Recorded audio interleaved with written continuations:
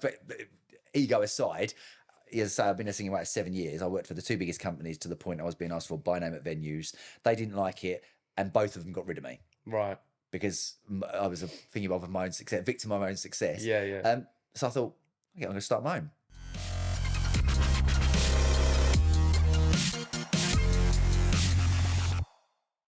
I mean, I've been a surprise singer about 7 years. Worked for the two biggest companies. Is it just you? VIP So I've got 3 other guys that work for me, but I've because the name, I know the name. Yeah, I've not got. Everyone's heard of my name. Yeah. I mean, but ego aside, as I say, I've been a singer about 7 years. I worked for the two biggest companies to the point I was being asked for by name at venues. They didn't like it, and both of them got rid of me. Right. Because I was a thingy of my own success, victim of my own success. Yeah, yeah.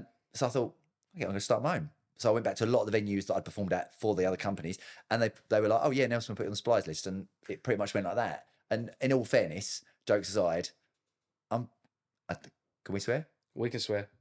I'm fucking epic. I'm a legend. No, I'm not just saying it for an ego, but no, it is that. It's more about, from my point of view, what I do off the mic, not on the mic, that makes the difference. I think for a wedding day as well, like you need that off. So like with us, you can't just be sharp, press a camera, job done. You need to be interacting. You need to be interesting. You need to be personable, because otherwise you're going to lose the crowd, and they're not going to want to give you, like for yourself, if you just show up and you're a bit dry, you just sing, you're not going to get out of the crowd what you want out of the crowd. No. Which is going to be disappointed. Then you're not going to get the work. Yeah. You know, I think I'm a strong believer is we rise by lifting others. So at a wedding, you're a small wheel in the big machine of the day. Yeah. And I think a lot of, and this is no disrespect to other singing waiters or other companies in general, but I think a lot of people tend to think it's just about them and forget that it's kind of an honor and a privilege to be invited to someone's wedding day. So you've kind of been chosen out of however many people to be there for that couple's day. So you're obviously going to bring your A game, but the fact is a lot of people tend to just turn up, they just show up and don't necessarily, they only tend to deliver the bare minimum. Yeah. Because they've been paid. Do you know what I mean? And it's kind of like, well, I've already been paid. I'll turn up and do the job. And it's kind of a bit like the job's an afterthought. It's corporate, isn't it? Yeah.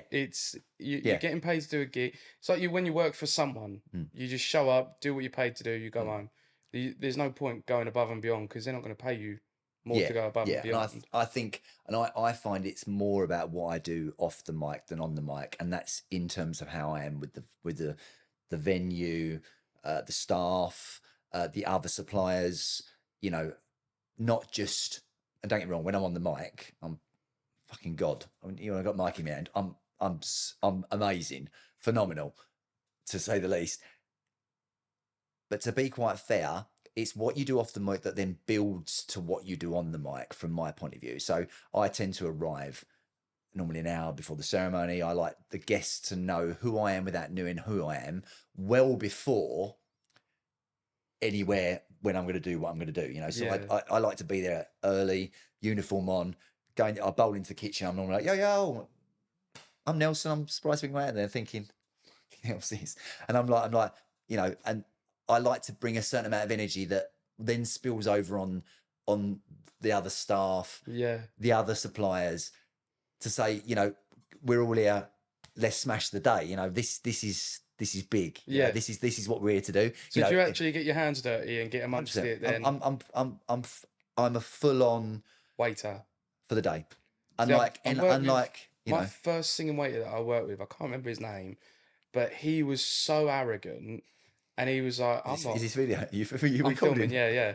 I'm not going to say his name, just purely because he was too arrogant. I didn't want to learn it, to be honest.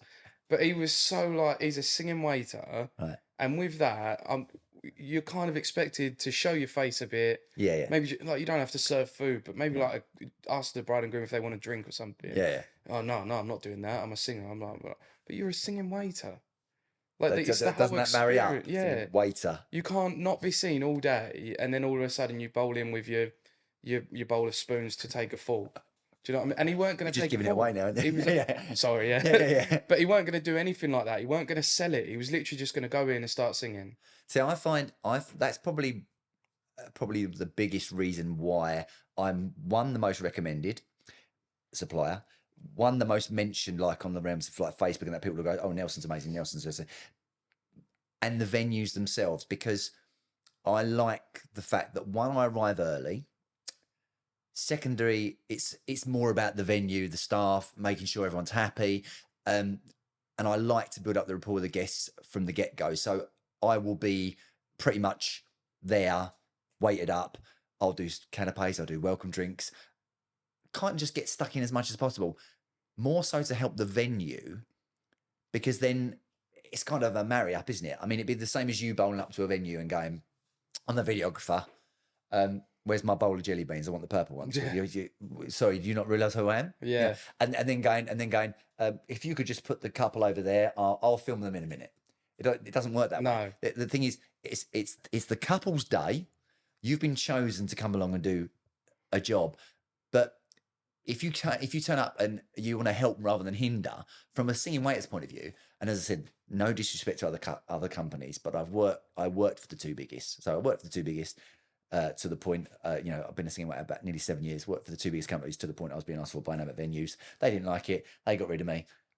And bad leads to good. I was like, what, the worst thing in the world? Just no work. I then, I thought, no, I'll do it on my own. So yeah, here we are. And I've been on my own now for 2 years. Yeah. So, and it's that making people happy, being part of the team, and knowing that, as we said, you're a small wheel in the big machine of the day. So it's not just about you.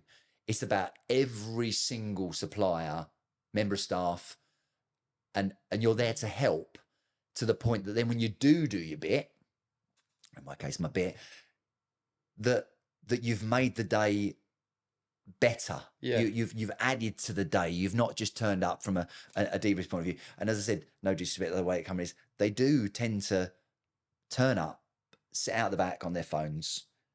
Nobody who even knows who they are, name-wise or otherwise. They come into the wedding breakfast, they fall over, they go bang crash wallop, and everyone goes, oh, sorry, who are you? And they go, oh, I'm a singing waiter. Whereas I find, and it's going to sound a little bit cliche and a bit weird, but if you imagine, as you are a videographer, and you know that the guests arrive, the bride and groom have already been there, they're ready, prepped for the ceremony. It's a bit like this big love bubble of the day, and all the staff are in it, and it's this kind of certain amount of energy. Well, from my point of view, if I'm there from the get go as well, and I'm there all day, I'm in the bubble. I'm in. So I see everything as well, when we were talking earlier, from an energy thing. It's all about energy to me. So the fact is that you're in that bubble, and you're in that energy kind of zone. So that then when you are chatting to the guests and building up rapport, I like the guests to know who I am without knowing who I am, in the context of, like, oh, he's a bit of a character. It's a bit funny, but they don't know why. Yeah. And you're building up that chat and that banter, and you're getting all the backstories from the guests, and they kind of like, they're just buying into the whole factor that you're a member of staff. Even to the point of, like, I'll mention that I've got children, I'll mention that I'm vegan, all that kind of stuff. And then when it comes to the performance, they go, wait a second. So when I then do bang crash wallop, fall over and milk the arse out of it on the floor, going, oh, it's Michelle, because I'm giving onto a chair. And then I jump up, okay, complete carnage. The guests are like, well, so you don't actually work here, what? And then they have this like rabbit caught in the headlights. Rabbit caught in the headlights for about 2 songs. No, one song. And they're then speaking to you as if to say, so when the set finishes, they're like, so are you actually vegan? Do you actually have this? Because you've been lying all day. You don't even work here. Yeah. But it's the fact is, because you've made it. You've embraced the fact that, like you said, the waiter side of the singing waiter, that you've built up the rapport with the guests over the fact of giving the illusion, the alter ego, that you're a member of staff, and you're trying to help the venue out as much as possible. So then the venue are happier. Don't get me wrong, as I'm sure you find as well. You go to some venues where they're not as receptive. Yeah, and they're like, and I've been to a few like that have had other singing waiters that have created issues. So straight away that you turn up and they're like, and who are you? And you're like, oh, so then all of a sudden you're on the back foot a little bit. So we got photographers like that, Right. and I'm assuming videographers to photographers as well. Like I worked with a lady last year. I can't remember her name, but she was dead set against working with me because she's got a list of like 4 videographers that she's willing to work with, and if it's not them, she's like a bit livid about it. But I just don't, because she clearly had an issue with people in the past. But they're not all like that. You know what I mean? They're not all like that. And by the end of the day, like we actually ended up getting along really well. And I've got another wedding coming up with her. And she said nice things to me, to the bride about me, which is Oh, so it's like you got to be open to that. Not everyone is a bad experience. But so what made you get into singing waiting? Was it intentional? Was it a happy accident? so it was a happy accident. So I worked for another agent as just I would say not a general cabaret singer, but I was also George Michael and Wham tribute. I did like pubs, clubs, holiday parks, restaurants, care homes, across I the couldn't world, see that you sort of as a stuff. George Michael I'll have to show impersonator. you some pictures. Yeah, Yeah. I was a George Michael and Wham tribute for about 10 years. But and this particular agent knew this other company, I'm not going to mention their name, singing about, and they were looking for other singers. And ego aside, I was like their blue-eyed boy for this other agent. You And were he went, Ronan Keating. yeah.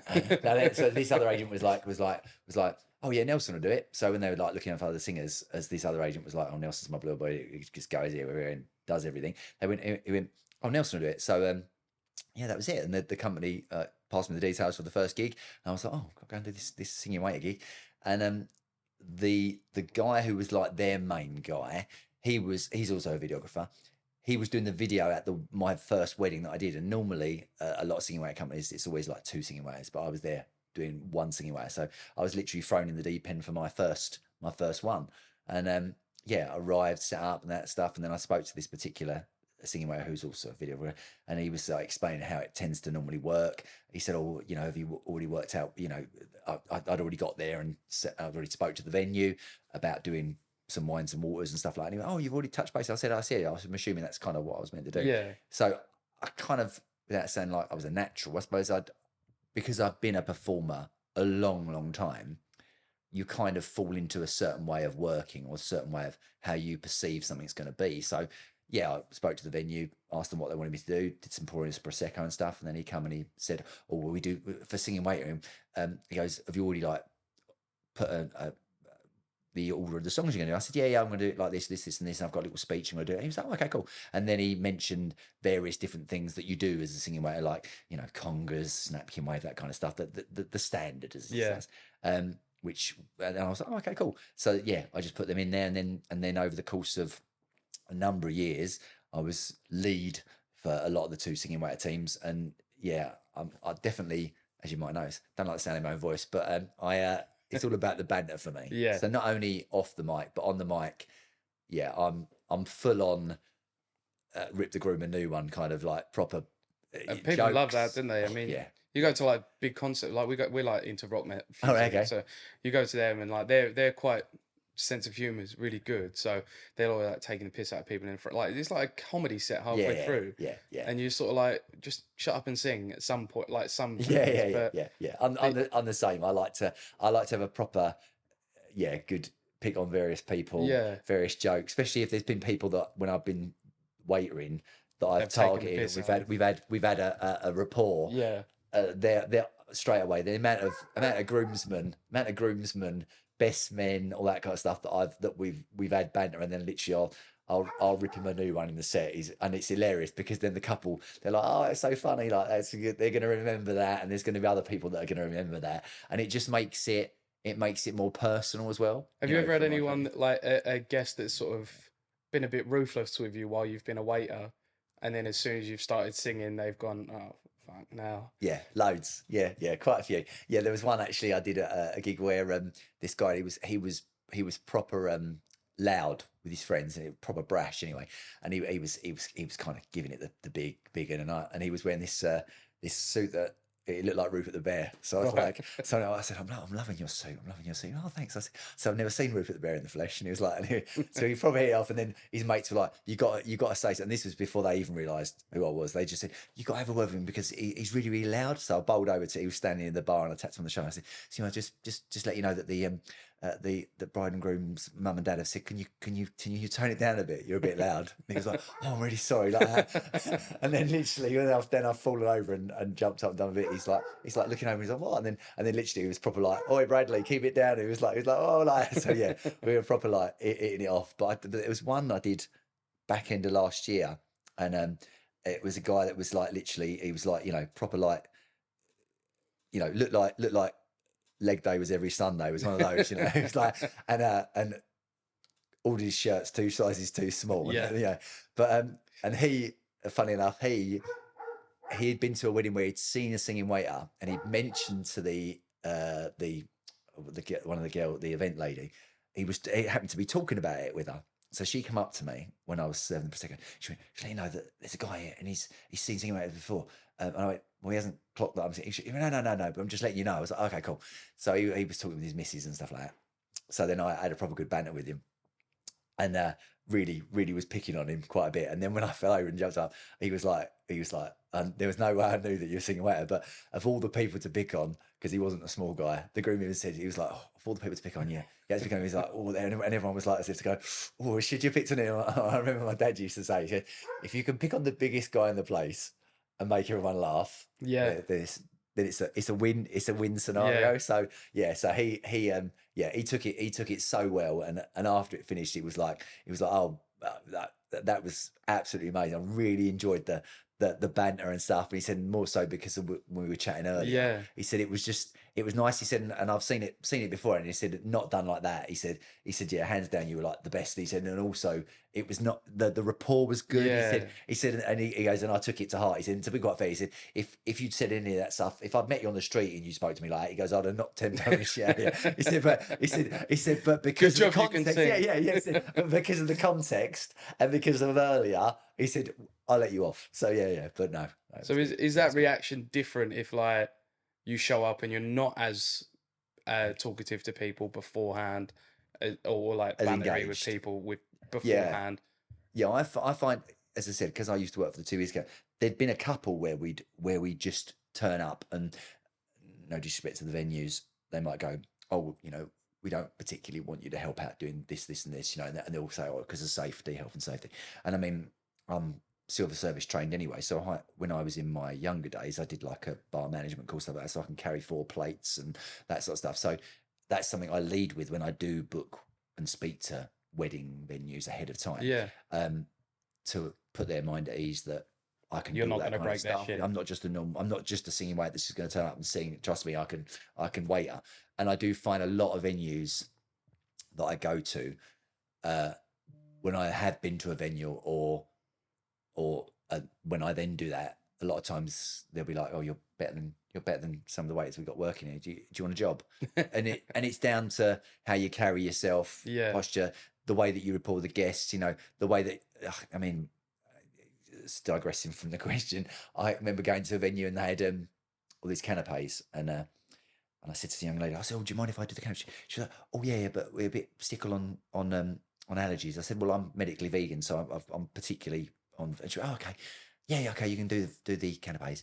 And I went to the kitchen, and I one of the first things I do is I look at the canape thing, and I'll memorize the canapes so I know what they are, and I'll ask the chef again and whatever else.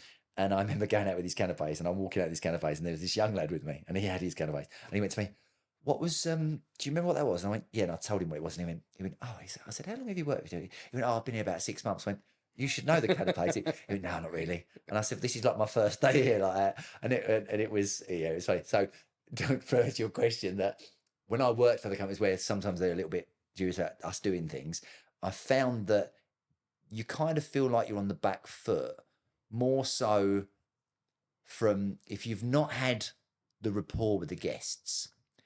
You're not in that, like we were saying earlier, you're not in that kind of bubble. You're not in the zone. Yeah. You're not kind of, you're not in that, like I was saying, if you're there all day and you're in with the guests, you're in the love bubble, which means that they've bought into you working there.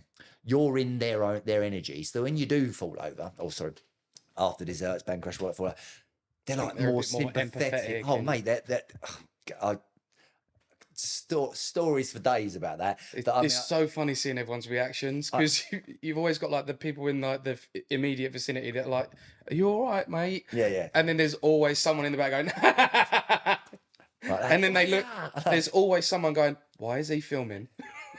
But that's no thing. So unlike, and as I said, no disrespect, unlike a lot of singing ways that tend to fall over and get straight up, I've always, without giving too much away, I always fall over. Yeah, this could be an effect to business. People are going to know who you are. But that when I hit the floor, I mean, I wear a knee pad, so when I fall over, it's not a pretend fall. I fall, Yeah, and I'm down on the floor until the guests get me to a chair or someone calls a paramedic. That's the two. That's the two. So sometimes I did one a little while ago, and lovely venue it was, and bless him, this young member of staff, I said, right, would you better nominate one of your members of staff to do my sound? All we've got to do is push a couple of buttons once I fall over. He went, okay, yeah. So mentioned, I said, so what you got to do is we hit the floor, guests get me to a chair. Once I'm on the chair, wait about 10, 15 seconds, hit play. And I jump up and start singing. I said, but it's once I'm on the chair, because I don't get my mic in my pocket. He went, okay, cool, yeah. He was only a young lad, really nice guy. And he was by my sound system, or he walked over towards my sound system when I fell over.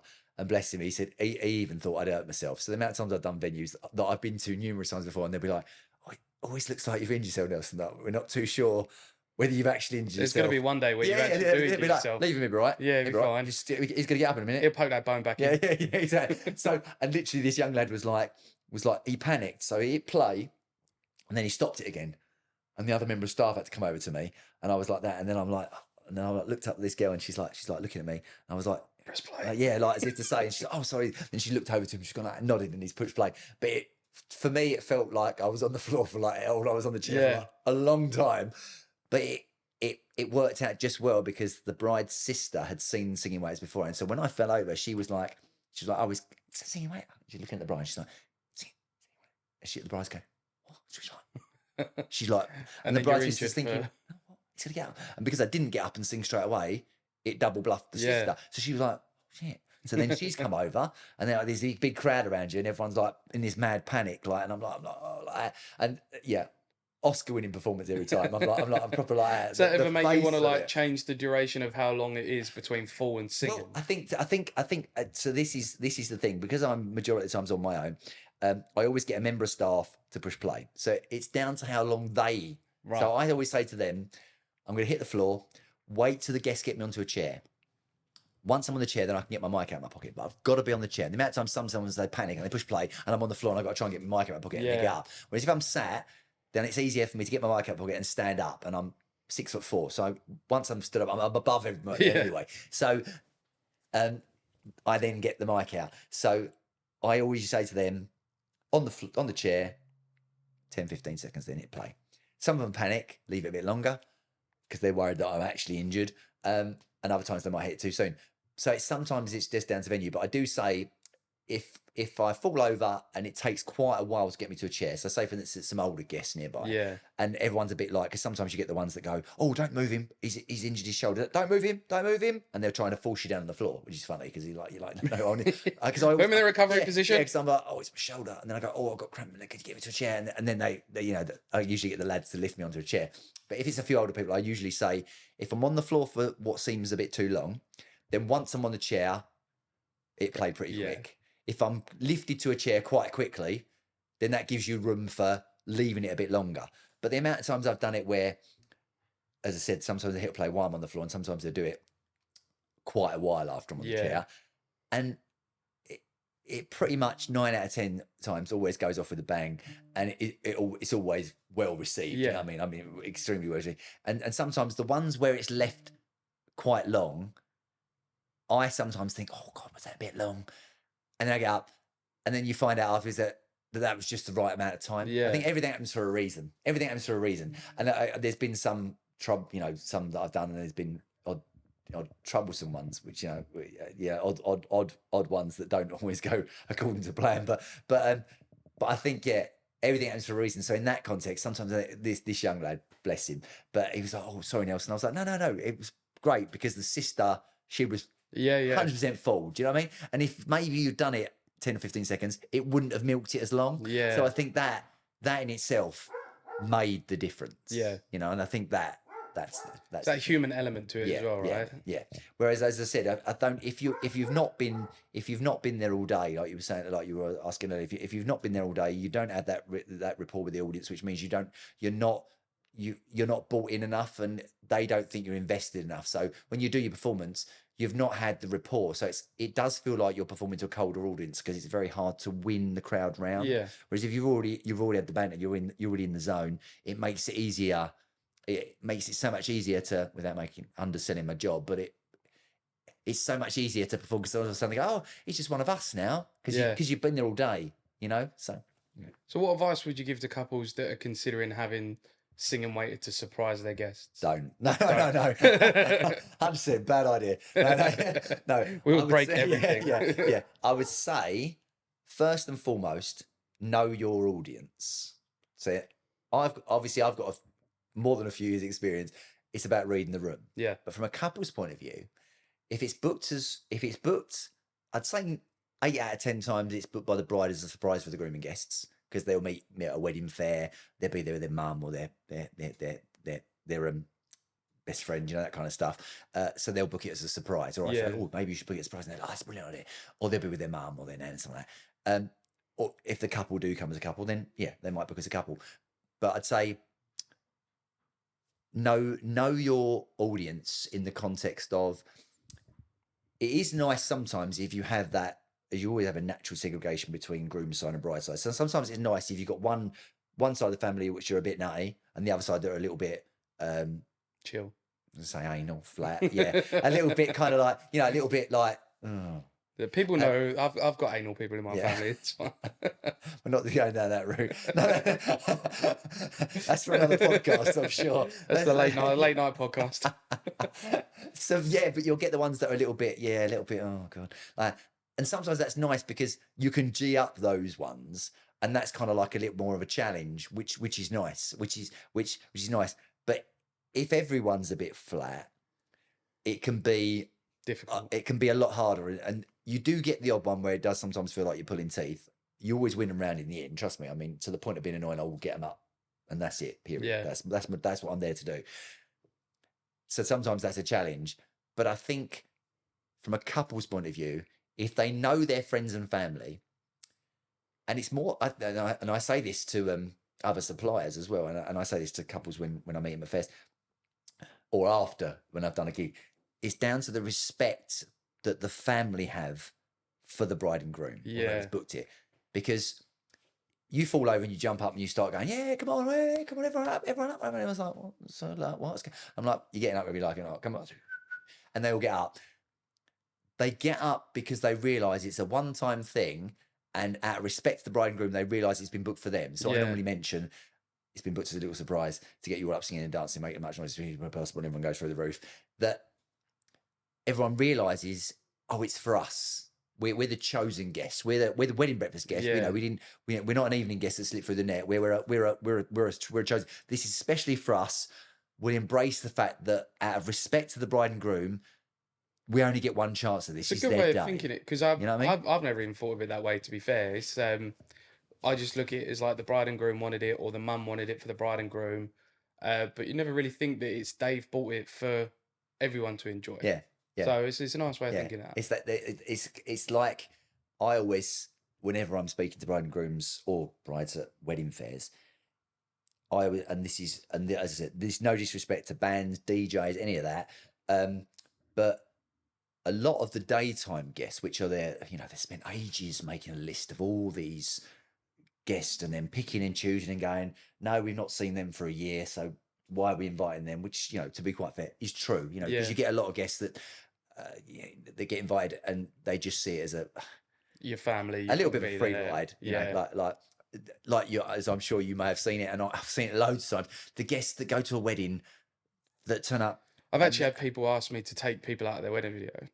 Really? Yeah, because they've just invited them out of obligation. They don't really want them in their video, It's like that weird cousin that they only ever see every 3 years or something. That's the line I use. The evening guests that slip through the net. Yeah. That I've had ones that, and because I'm serving food now, that will then complain about the food. And you're thinking, so let me get this right. You've been invited to someone's wedding.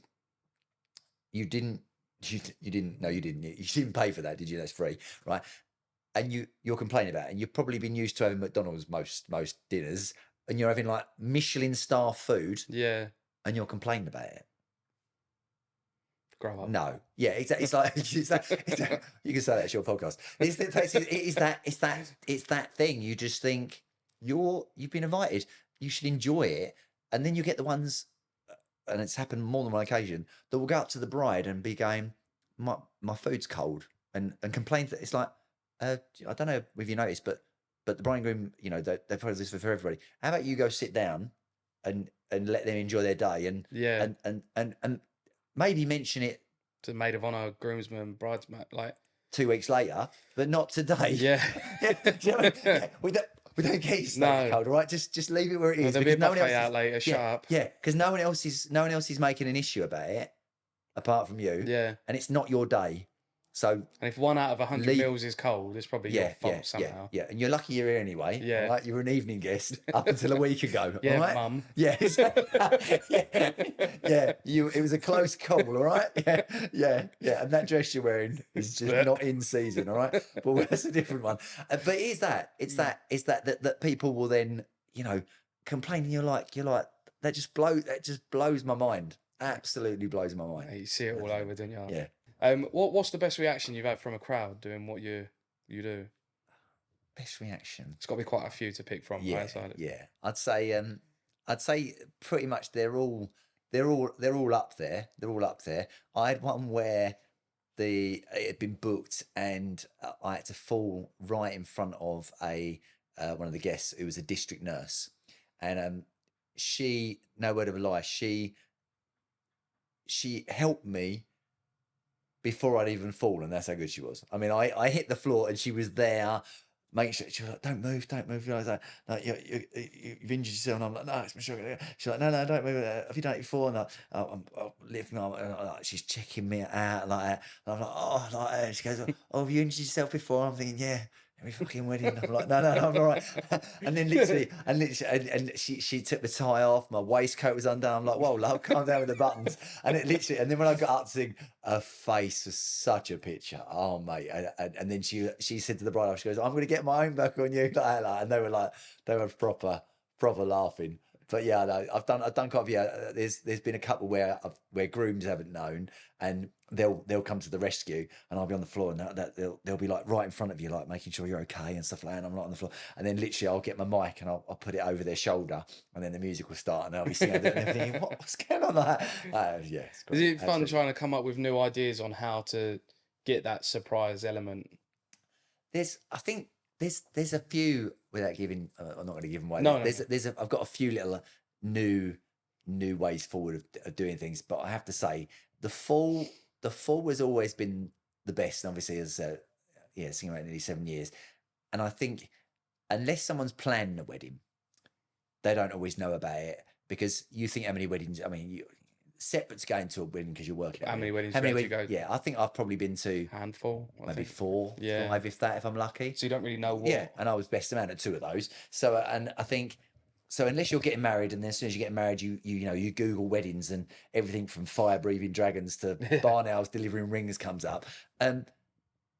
You're probably not going to know about it unless you've seen Singing Matters at a wedding. So very rare. But the amount of weddings I've done where there's been a few people that have seen it, and because when I do fall, and it's an epic fall, and I think also because I've been there all day. I did one down near Dorset where the best man arrived with his suitcase. They were staying at the venue, and I was already there in my uniform in the foyer chatting to the reception staff, having a coffee, and he didn't know. So as soon as he came out, I was like, would you like me to give you a hand with your bag? So I helped him take his bag to his room. Yeah. He was the best man, and we was just chatting about all sorts of stuff, all sorts of stuff. And some of it was health related stuff. Anyone come out with like dirty little secrets, without You do get, yeah, you get a few people that give little And stories then and you stuff like realise that the bride's booked you, you're like, and oh they're dear, like, I don't "Oh want to be no." mentioning that. And he was like, literally, he bought into it because he's like, when I then fell over and I got up, he's like, what? He's like, you've been here all day. You helped me with my case. I don't the correlate. You know, they're like, think And it what is crazy is that? because, like, for singing waiters, you're only singing for what, 20 to an hour, 20 Yeah, minutes to an hour, half an hour, half hour. it is normally. So Yeah. you are there all day for a half an hour Mm, performance, which mm. just goes to show, like, obviously there's got to be a bit of a passion behind the job Yeah, to want to do yeah, that and to be a waiter, serve for someone for a half an yeah. hour segment. I think it was like what you were saying earlier about it's nice when you're chatting to people, Yeah, and I think when you're at a wedding, you get to chat to so many different people, and it's nice because every wedding is different, isn't it? I mean, you know, you can go to some venues and you've been there loads of times before, but it'll be different. It'll be different when you do different person's yeah, wedding. So even though my performance might be very similar, and it's, you know, as I said, complete carnage, the fact that you're there and you're chatting to the guests and stuff like that is what they buy into, yeah, and that's the thing. That's the difference between, as I said, no disrespect to other companies, that's the difference between how I tend to do it. Is that I like the fact that it's more personal for me. It's, yeah, I think probably because it's my company. You know, I've only got a couple of other guys that I'm going to be getting work for in the future, but that's the hard part of the growth, is that it's more important to me what you do off the mic than on the mic, in the context of how people perceive you, and not just the fact that they're perceiving that you're a waiter, but you being extremely nice. I mean, manners is like, you know, thing that teach my 4 children is that, you know, manners is by far a skill that has been lost. I think, you yeah, know, you know, people people sometimes forget what you do, they forget what you say, but they always remember how you make them feel. And manners, just being nice, you know, the amount of people that turn up on a day, other suppliers and that have got to be in their bonnet about something, and they bring it to the day, you know, and to the fact of manners in general, how you speak to people. And like we said, something ways that don't do anything and then just do their bit, and it is only half an hour. it will And reflect. yeah, it reflects not only with the performance, but how the bride and groom perceive you. The reason why my name precedes me on a lot of Facebook sites, and you know, there'll be other singing waiter companies' names, but my name, Nelson, is more known than my singing waiter company name, because it's personal, and Yeah, because I personally feel that it's the couple have chosen you. So it's more personal for me being there, being present, and trying to make their day as best as yeah, possible. So that when you are there doing your bit, I mean, and it's going to sound a little bit weird, but I mean, if they've got a photo booth, I love a photo booth.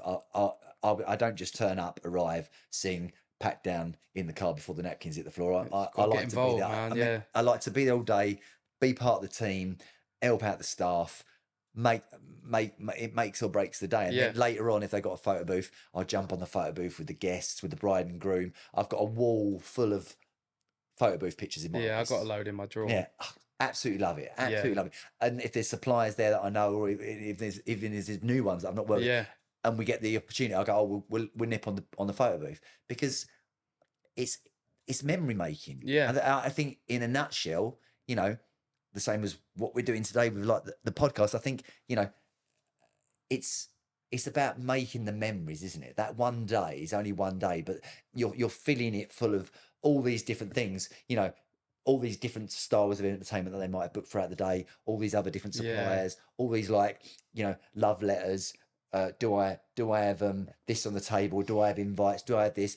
All those things, some lesser degree than others, become memories And for good or people. bad, you're going to get Yes. remembered in 30 years' time. So Yeah. you obviously want to be on that Oh, good, 100%. I'm the good. Yeah, good scale. yeah. I mean, the amount of weddings that, and it speaks more so in my reviews. My reviews aren't like a couple of lines. I've got like essays of reviews where people are like, Yeah, "Oh, he was like the greatest showman on earth." Like the rapport with the guests was like this, and it's so it's like you're a lovely member to of family. it's so lovely to read, Yeah. isn't it? Because I remember doing my bride book account, and I'd really just not looked after it for a year. I was like, 38th or something in Kent, and I really spent the day like calling everyone, look, would you mind, even if you copy and paste your reviews over and whatever, and I managed to get up to like top 3 in the Wow. space of a few hours because no one really cared. Like I put lots of videos, lots of reviews, I really took care of it. I need to update my blog. And then I was looking at like the top 2, and I was like, why are they above me now? And it was because they were like rapid responders or something, but they only had a few reviews, and it's just video was nice person. That's it. And you're like, come on, man. Like people leave reviews how they want to leave reviews, but I think it does speak volumes if all of your reviews are like 2 lines, and then if all of your reviews are long essays, because you don't have to read it all, but you know that people have now taken their time to leave that review. So you've got to have made an impact to get that. I think it's the difference between being ego aside for me and for yourself and all the guests that you've had on your program so far. It's the difference between good and great. Yeah. It's the difference between giving the person what they perceive is the expectation of what they're paying for, because no one has to say thank you, because they've already said thank you by paying you. They don't have to leave a review. The review is just, I see the review as like, it's like the icing on the cake. Obviously, we all do the job and it pays our living, but we do it because we enjoy it. It's a passion. Yeah. So you do it first and foremost because you enjoy it, and the repercussions and that come from that are being paid. But I find that the review to me is kind of almost as, if not more important than actually getting paid for the job, because that's kind of like the little tick or the little pat on the back that says you did your job better than I thought you were going to do it. Yeah. Don't get me wrong, I thought you were going to be amazing, but you didn't just turn up and you were amazing. You turned up and you went that little bit further. You delivered what you promised. Yeah, you did more. Yeah. Because the delivering what you promised is what I've paid for. Yeah. The delivering that don't get me, you told me you were going to deliver more. You told me that every wedding you do is epic and it's this and this, and I've seen the videos and I've seen that and I've read the reviews. Everyone thinks you're amazing. Yeah. But you've not done it at my wedding yet. And then you've turned up to my wedding, you've done it, and you did mention that if I've got a photo booth, you're going to get a photo booth picture. But you were talking to my mum and you were doing this. I mean, I did one, where was it? A venue where I turned up. I got there early. The event guy was taking chairs out to the ceremony area. So I do you need a hand? He was like, no, it's all right, Nelson, no. And I'd never been there before. I was like, no, I'll give you a hand. So I helped him carry the chairs out, thinking, where's all your staff gone? So I helped carry the chairs out. The bridesmaids were getting changed upstairs in this particular venue. So they saw me, obviously correlating that I'm a member of staff. The bride's mum's come downstairs and she was all panicky and stuff like that. And I was in the room having a coffee. And I'm into all breath work and stuff like that. So she was all panicky. So I was teaching her this breath work thing to calm herself down. Then she went upstairs and she's telling all the bridesmaids. And then the photographer later went, oh, it was you that was because she came upstairs and she's passing this thing to get everyone calmed down. Yeah. This breath thing. When we finished the gig, I was talking to the bride's mum, lovely lady. She did me a little video review, and we were just talking about breath work and other stuff like that. And so she'll remember the performance, but she'll remember the day for other reasons and me for other reasons, And I think it's the memories and the other stuff that they take away, that I went that little bit further and above and beyond in that sense, that wasn't explained when you're giving your consultation. I'm going, oh yeah, I'll jump on the photo booth with you and the guests and stuff like that. Oh, that's brilliant. But all the interrelations that you have with the friends, the family, whether it be, I did one where the bridesmaid's son had trod in dog poo, and the members of staff was like, as if to say, oh, we're not going to touch that. And I was like, give it to me, I'll clean it off. And was like, are you sure? I was like, yeah. So but she didn't know who I was. And the other member of staff was looking at me and going, making us look bad here. Yeah, they were. Yeah. But they're thinking, why are you doing that? And I went, trust me, you'll realise why. Yeah. So I was out there, I cleaned it off and I gave it back.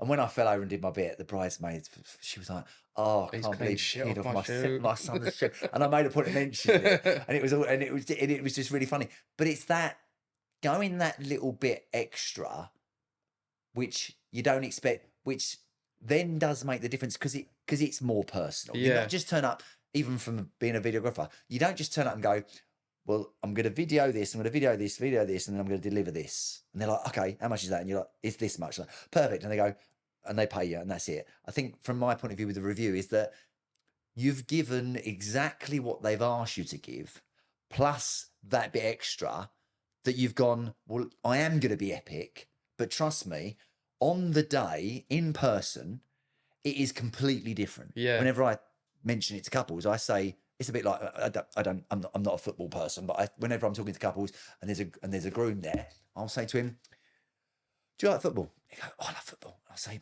so do you watch football on telly? He's like, yeah. I say, how good is it? He's like, it's really, really good. I say, if you're at a game, he's like, from a game, it's going to be Yeah. a singing waiter is Same like that. thing. You can watch it on the videos. You can see how epic it is. You can see everyone having a really, really good time. But you're not going to perceive that the same as if you watch it. But in person, it's completely different. The energy is completely different. It's music, isn't it? Yeah, I like listening to music on my phone. It's great on my record player, but seeing a live performance, whether that is in the O2 or at a local pub, it's so much more awesome.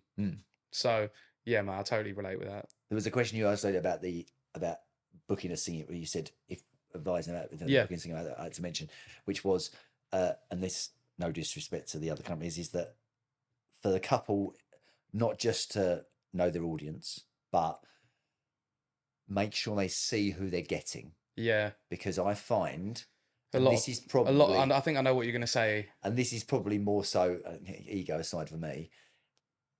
With me, you get me. So you get exactly what it says on the tin. And I'm 150%, I'm all in. I mean, I hold the record for the most napkin waving conga event for one singing way, which is 350 people. I'm epic. But the problem is people see all this stuff online and they go, wow, that's exactly what I want. They go to a company and they ring them up and they go, that's what I want. I go, brilliant. It's this much. Who are we going to send? Oh, Jerry. Yeah, yeah. Jerry might be free. Go, yeah, but he's only done one gig. It's all right. He's free on the Wednesday. Jerry turns up. Poor Jerry reference. And he's on the mic. And he looks like his own ice cream cone. And the couple are thinking, I thought I booked this. And I had a young lady book like this the other year. She come through my website, and this is another thing that I'm a strong believer in, is that because weddings are personal, it's about the connection for me. So, and probably because I'm old school, because I'm older than you, as we've just established off the mic. I think people would be shocked to hear how old you are as well. By the way, we're not going to tell you. We don't need to. But no. I was shocked.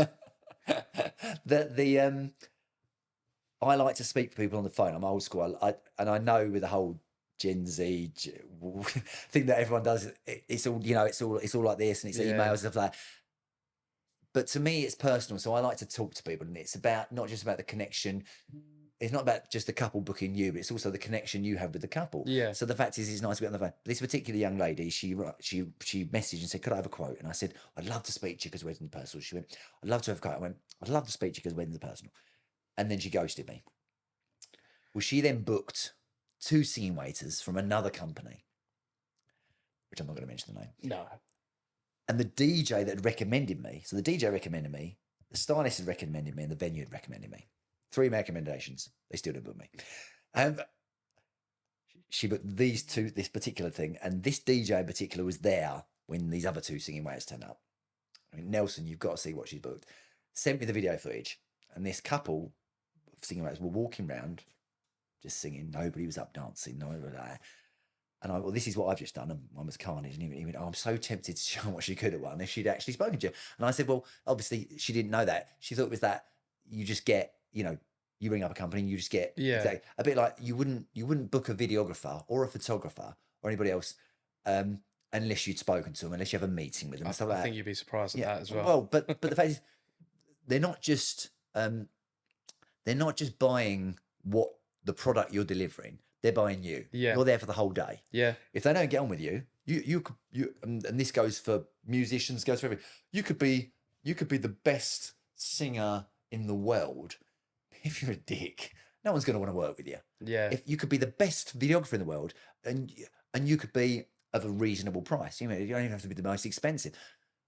But if you're an idiot, Yeah. the couple go, "Oh God, we didn't chat with him beforehand." Yeah. And he's I'm getting my makeup done, and he's standing there. You know, you're on your phone, and you're like, "Where's my blue jelly beans? Sorry, like you want filming now? Can't you give me 5 minutes?" Yeah. And the same would be said for the likes of what I do.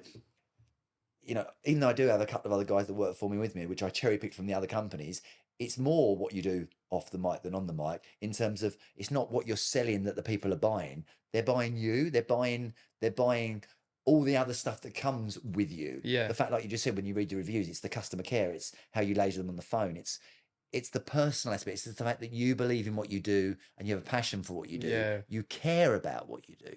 It's the caring, I think, is the most important thing. Yeah. And whenever I speak to couples at wedding fairs, and I say, "Oh, you got," and without giving away my secrets, most couples will go to the supplier, and the first thing the supplier will say is, "Have you got a date? Have you got a venue?" And the couple go, "No," and the supplier will go, Come "Okay, back to me when you're here's out. a flyer. Bye." And they'll speak to this, and I always say to couples that haven't got, you know, a venue today, I normally say, I'm sure everyone's already asked you this, but I'm going to ask you the same thing. Have your breakfast. I go, no, I'm joking.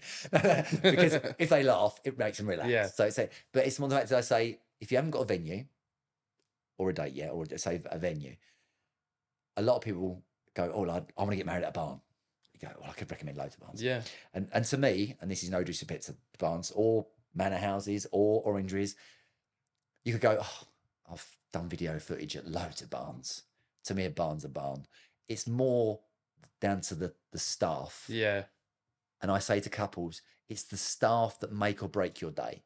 You might love the look of a particular style. You might go, I want to get married at a barn. I want to get married at an orangery. You're like, it's really nice, but go around to loads of different venues, and it's a bit like you being together as a couple. When you're together as a couple, it doesn't matter where you are in the world. Yeah. You're together. So Do you're all the, happy. do all the taster evenings. Yeah. So it's down to the staff. The staff make or break your day. Because you're basically turn up to a wedding venue and you're going, "We're going to get married. This is our date."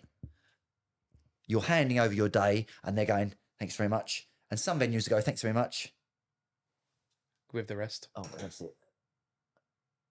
Oh, perfect. Right. Okay. Yeah. Whereas others will go, "Oh, thanks very much. Oh, I'm going to look after you. Don't worry. I'm going to look after you." And that's the difference. Yeah. It's the care. And the same for what you do. The same as I think it's the same for I mean? any supplier, because it can get lost on the day. Like if you've got one supplier that is a rotten apple amongst an amazing group. Do you have any? Yes. Come on, just mention them. Come on. I'll have one. This on is the your show. podcast. You can. What did you say? You had one on. I'm going to have one on the Okay. show. Oh, right. Okay. But if you've got one bad apple amongst like a good batch, it's going to ruin your day. Like Tom and Emma, we had them on the show. It was the second, and they had. I won't name their names, but they had a really bad catering crew that ruined their day. But what sort of food did they serve? Well, I'm joking. burnt. Well, they were meant to have a beef brisket and a beef something, another. And it all just looked the same, did it? And it got burnt. They ended up just having barbecue burgers and sausages. And honestly, we only touched the surface on what went wrong on their wedding day. Everything. But but you had myself, Nikki Tulip, photographer, Julie Toastmaster, Ben Bell, DJ, and we all sort of like got together and they didn't know anything was wrong on the day. Nice. Because we ended up cutting the cake for them. Wow. So that they could have that for their dessert. I've never done another wedding like that, but you do that so that the couple don't know that there's something wrong on their wedding day. And there was a really nice moment as we were walking up for their sunset photos, because like we were walking up the hill and they looked amongst everything. They was like, "I can't believe this is our wedding," because they didn't know anything was wrong. Nice. But obviously, after the glass breaks after, but in that moment, they've still got that nice moment, and that's down to you guys. Yeah, but again, if there was all of us were bad, they would have had a really bad day. So they must have troubleshot a percentage of you then to obviously make sure that you're all exactly. You're all So, I mean, I don't know. I think this other company just told them a bunch of lies. Right. It was like what you said. It's like they're promising everything. Right. If you want that, I can do that. You want that? I can do that. It was like, yeah, we can cater, we can do this, we can do that, we can do this. And yeah, it was just awful. And But that's the thing. You cared, so you didn't just. This is what we were saying earlier about you giving above and beyond. That even though some of the things you gave weren't necessarily in your remit of what you were selling, you made that person's day better. I did one recently where their venue had been cancelled because it went into liquidation thing, and then they got moved somewhere else. And this other venue, no disrespect to them, wasn't set up for weddings. And because I'd done weddings before, just a few times, I was like, oh, maybe we should do this, maybe we should do this, and various suggestions. Which, to be quite fair, if I hadn't been there, yeah, it would have fallen apart. Yeah, It would have fallen apart. Not due to no disrespect to the venue, they did the best they could, but because of the fact that they weren't used to doing it. there's a lot of new venues now since the licensing change or whatever. There's a lot of new venues now that they've got a bit of room and they've gone, yeah, we can do weddings, but then they haven't done their market research to know what to do, or they haven't enlisted someone who's worked weddings before. They've gone, we'll pay you because you're cheap, and but they've put a lot of money into marketing, and I've worked at a few of them venues, Right. and you can tell the difference between the venues that have been doing it for years and years and years, they're like a well-oiled machine, to the venues that are just starting out.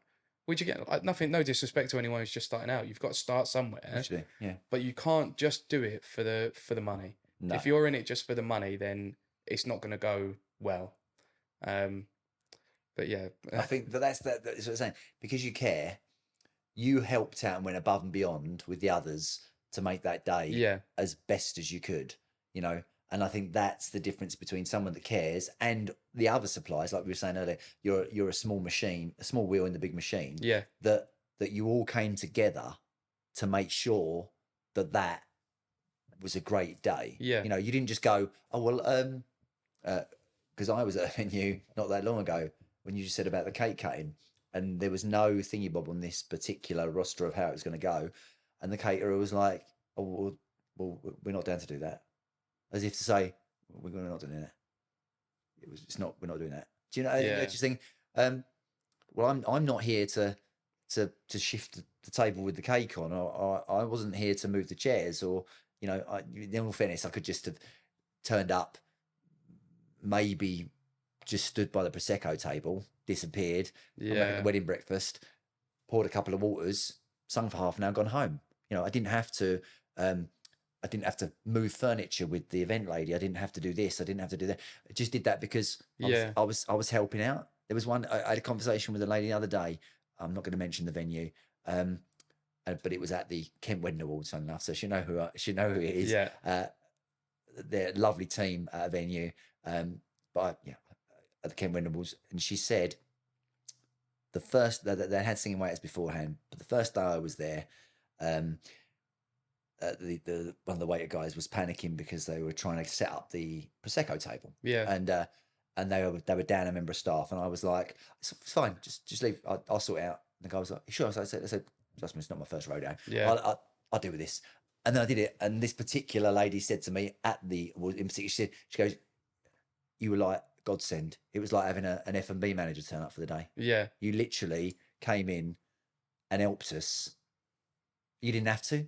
You dealt with certain things that you weren't there for that. You weren't booked for that job. A lot of people get used to people just turning up and doing what they're paid to do, but that's not going to breed well in the future, I don't think. But I think this is the other thing when we were saying with the manners, or just being nice and doing that little bit extra without expecting anything back. I think is then that brings about the likes of what you're doing here, being coming onto someone's show, or someone recommended somebody. You don't just get recommended because you're good at your job. Yeah. You get recommended because you're extremely nice, because you show up on time, because you bring donuts.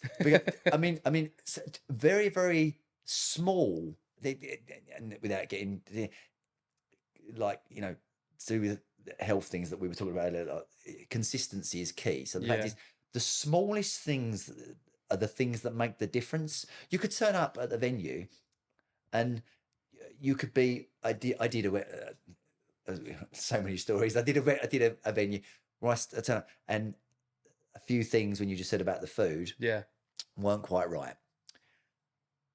And there was a few members of the wedding party that weren't very nice to one of the event girls. And the event girls broke down in tears. So I pulled the girl to one side and I spoke to her, and she was, she was okay after that. And the magician guy, he stood in as well, and that, but it was all settled in that. Because of that, I was then talking to this particular lady after the event, who I didn't know was the one that pulled the strings for the suppliers list. And down to one of that being a key factor, I got put on the suppliers list, and I'd only ever done one gig at this venue. And normally they go, oh, you have to do X amount before you get put on the suppliers list, or considered. Down to that and a few other factors, because people know who I am. Yeah. They know I'm exceptionally nice. Doing things that are not your remit can bring opportunities that you don't expect, because you've done something, however small it is, that given that little bit extra that you didn't have to do. Yeah. That you just chose to do because it's who you are. Yeah, exactly. You've just been extra nice. You just chose to do something because you wanted to, because you felt that you could intervene, or your particular skill set that you've gone, oh, do you want me to do this, or maybe you should do this, and that one thing has made the difference. With that person remembering you. Yeah, exactly. They go, oh, Joe, he's phenomenal. When he turned up, he did such and such. And they're like, oh, he's such a nice guy. I mean, his videography is pretty shocking to be honest. But absolutely. But the guy's a legend. And that can make or break the amount of work you get. Yeah. Not just because of the product you deliver, but the fact that all these other things that you do that other people happen to mention. Yeah. Not just one person, but another person who go, Joe's a lovely guy. He's an amazing guy. He did such a. It's those things. Yeah. Those are the things that make the difference with its reputation. Reputation, which I think is the most important thing. Your reputation can take ages to build up. Your reputation 2 seconds to pull down. Is by far one of the most important things. So I always say, whatever that comes out of these little boxes is irrelevant. Yeah, whatever's on this. Yeah. Not today. Don't take any notice of this. Right. But as long as just tell me we were just chatting. I was going to wear shorts today. As most people know me, that do know me, I always arrive in vest and shorts when I turn up to venues. And my missus said to me this morning, I asked Joe what I should wear, and he said, just come casual. So I was going to wear shorts and flip-flops. And Karina went, no, I think you should put trousers and Converse. And I was like, no. I was going to wear shorts and a vest. So the trousers and flip-flops. So I still wear the flip-flops. It was sunny outside. It's a really nice day today. Otherwise, I was thinking, well, I even asked you, I said, what's the dress code? I remember having a dress code. Yeah, I know. I've got to maybe put an actual answer instead of dangerously going, whatever you want. Yeah. Or was it well booked though? I was going to talk about a superhero today, but it didn't happen. So if you could only give one piece of advice to a couple planning their wedding day now, what would it be? And that could be anything, pre-wedding, wedding day, or post-wedding. So probably what we touched on earlier, which was the fact of finding venues where the people care. Yeah. That is probably one of the biggest pieces of advice, which every wedding fair venue, if couples haven't got dates, that is my first and foremost thing I always mention. Is I always say, make sure the people you book, and that's not just the venue, that's the suppliers. Make sure they care. Make sure they're present on the day. And it's knowing who you book. It's building up the rapport. Yeah. Because and as I said, not everyone's going to book me. I mean, at the end of the day, even though I am phenomenal, but it's carnage at every wedding, and that's the way I said it. So if you don't want carnage, then you're probably not going to book me. So the fact is, not every couple is your couple. Yeah. Not every, like you just said. Yeah. There's enough of us out there. No, the sort of person that will book you probably won't book a different videographer. Yeah. Doesn't mean that you're not good at your job. It just means you didn't have the connection. Yeah. So I would say to all couples, whenever you go to wedding fairs, it's always overwhelming. As you've done wedding fairs. It's like the couples come in, and of course, they're greeted by 100 suppliers, and all the suppliers are going, book me. Not quite, but it's like, and all of a sudden the couple's like, oh, that's the first time I've done this, and they're just picking up flyers, and they're a little bit, a bit standoffish, and but yeah, make sure that the suppliers care, Yeah. and and I'm not no disrespect to other suppliers that do this, but I find at wedding fairs when the suppliers are sat behind a table, couples can feel like it's a bit of an interview, that table becomes a barrier. It's closed off. Yeah, yeah. And that gives the impression, and as I say, I'm not being disrespectful to the suppliers that do it, it can show Lack that of they don't, interest. yeah, that maybe they don't care. Yeah. The kind of supplier that's obviously going to be standing there and chatting to you and wanting, first and foremost, wanting to chat about everyone else before themselves. You know, that's the sort of energy, that's the sort of person you want at your wedding. Yeah. You know, you want the person that cares what your day is going to be like.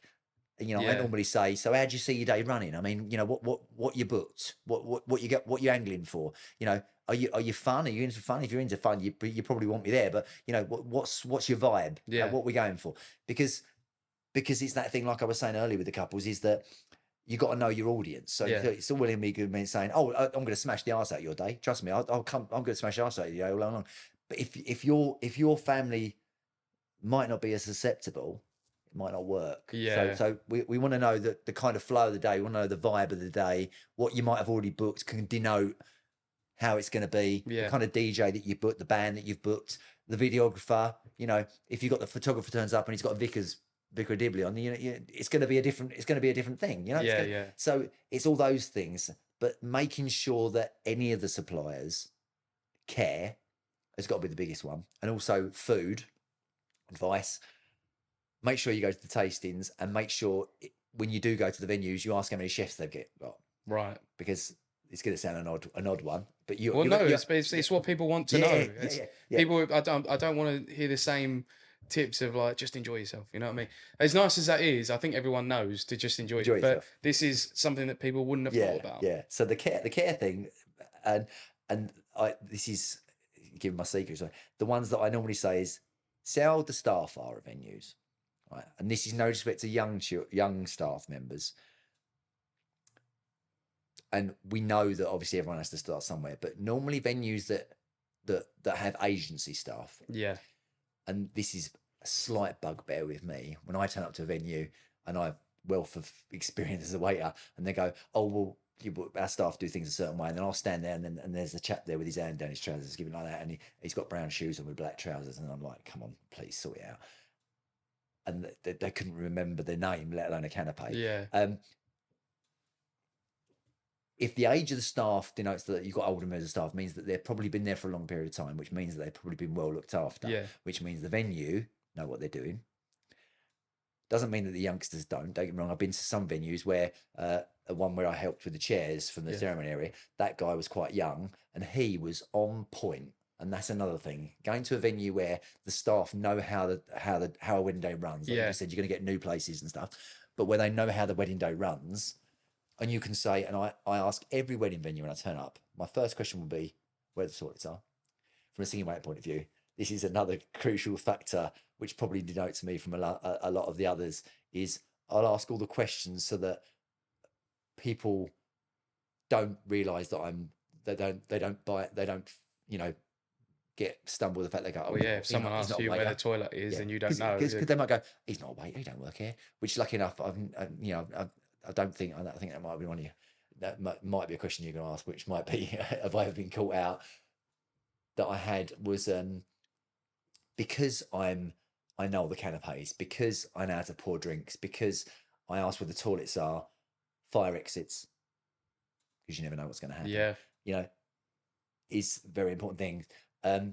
But is knowing where certain things are. So with the food, that you go to a venue and the food is phenomenal, and then you go to a tasting, the food's phenomenal, and then you find that on the day that you got your wedding, you got the chef that works at McDonald's on the Saturday, so your food's not quite the same. And you think, why's that? So I always say, ask how many chefs there are, you know, because as I'm sure you've been to a number of weddings where the food isn't, you know, the venues look amazing, and then maybe they need to work on the food a little bit, you know.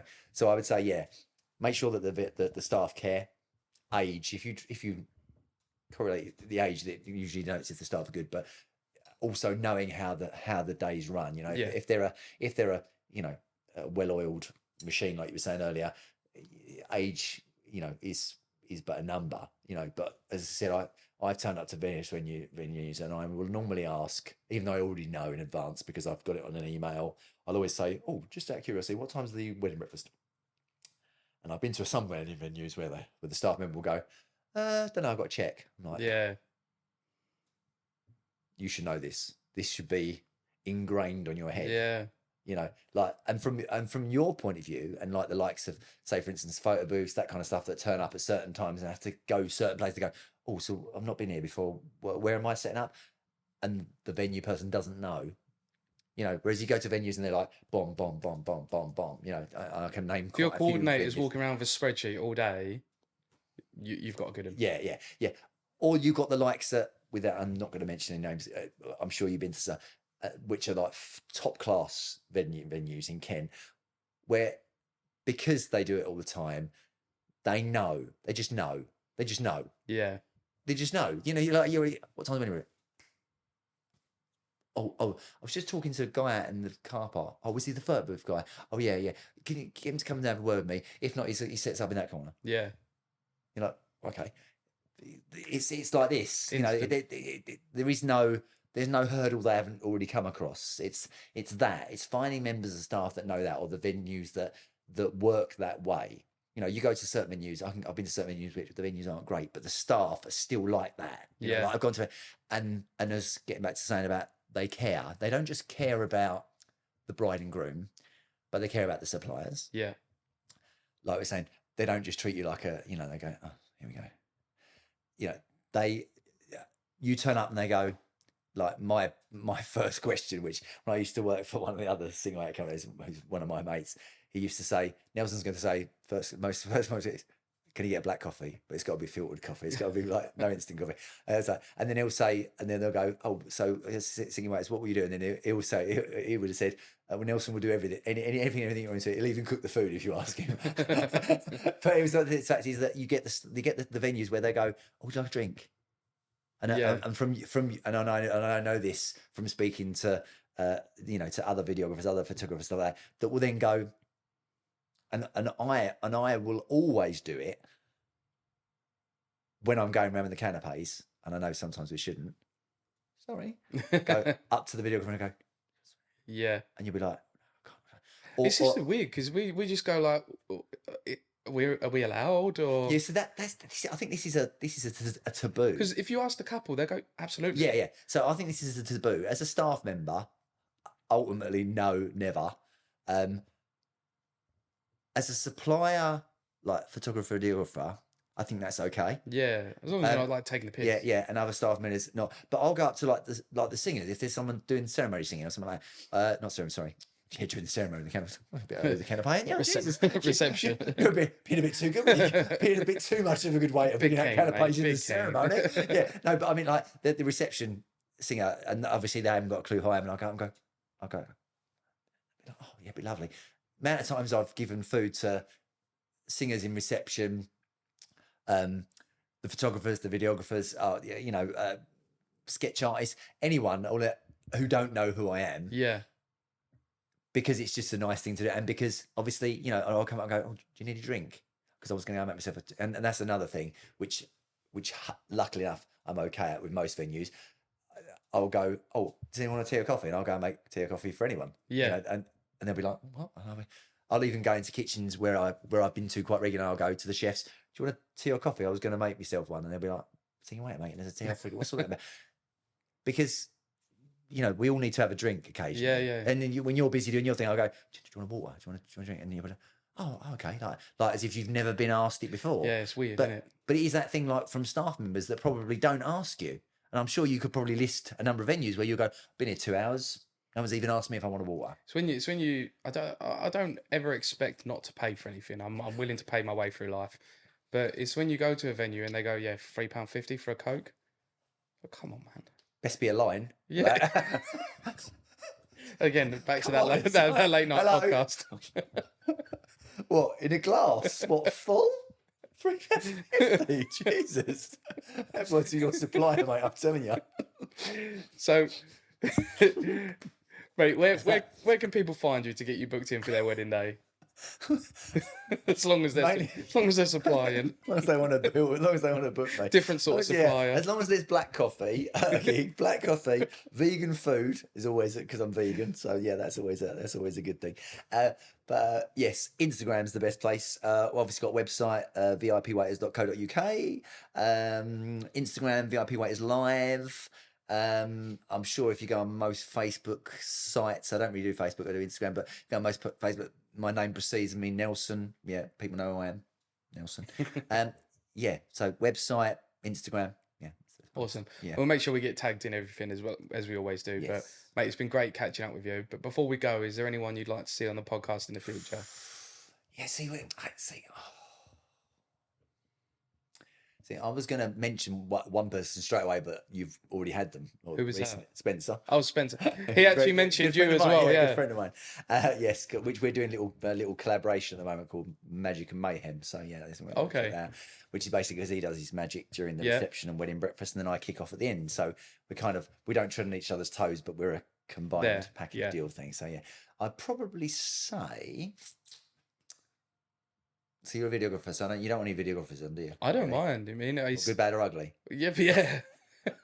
I think for me, it's again like yourself. It's community over competition. Yes. As long as because there are videographers and photographers out there that people aren't going to get along with. Like there's not some that I don't like, and that I'm under the assumption that there's some that don't like me. Yeah. So as long as I actually like them and I get along with that, and I enjoy their work and stuff, I'm happy to promote anyone. Yeah. And this is the reason why I get people on, because I like the people that I'm filming with. And again, if they've come off the back of a recommendation, like we've spoke about before, it's all about that recommendation, because you're a nice bloke and someone's recommended you. So if you're going to recommend someone, then it's going to be a nice person. Yes. So I'm happy to talk to anyone, man. There's two people that I think I'd recommend because of the way they are, their nature. One person, and she's great at bigging people up and always friendly. Sam from Pretty Prep Studio. See, it's really sad at the minute, isn't it? Because I actually wanted Sam on. Right. But Pretty Prep is closing. Only one of them. Oh, is it only one? Yeah, because she's got Canterbury.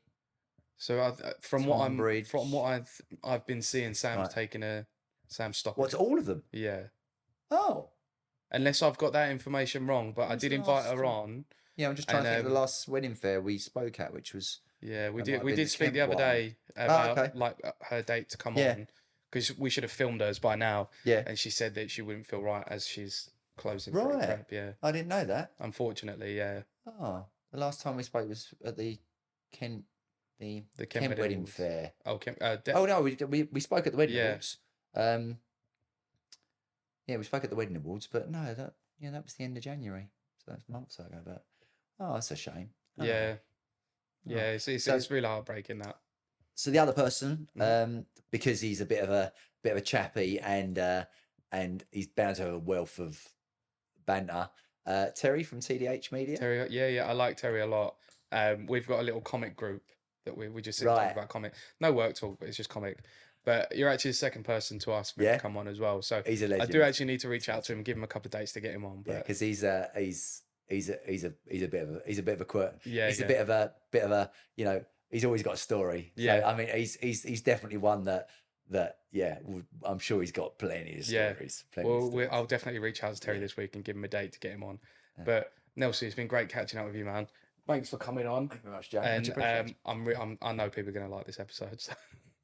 Pleasure. Thanks.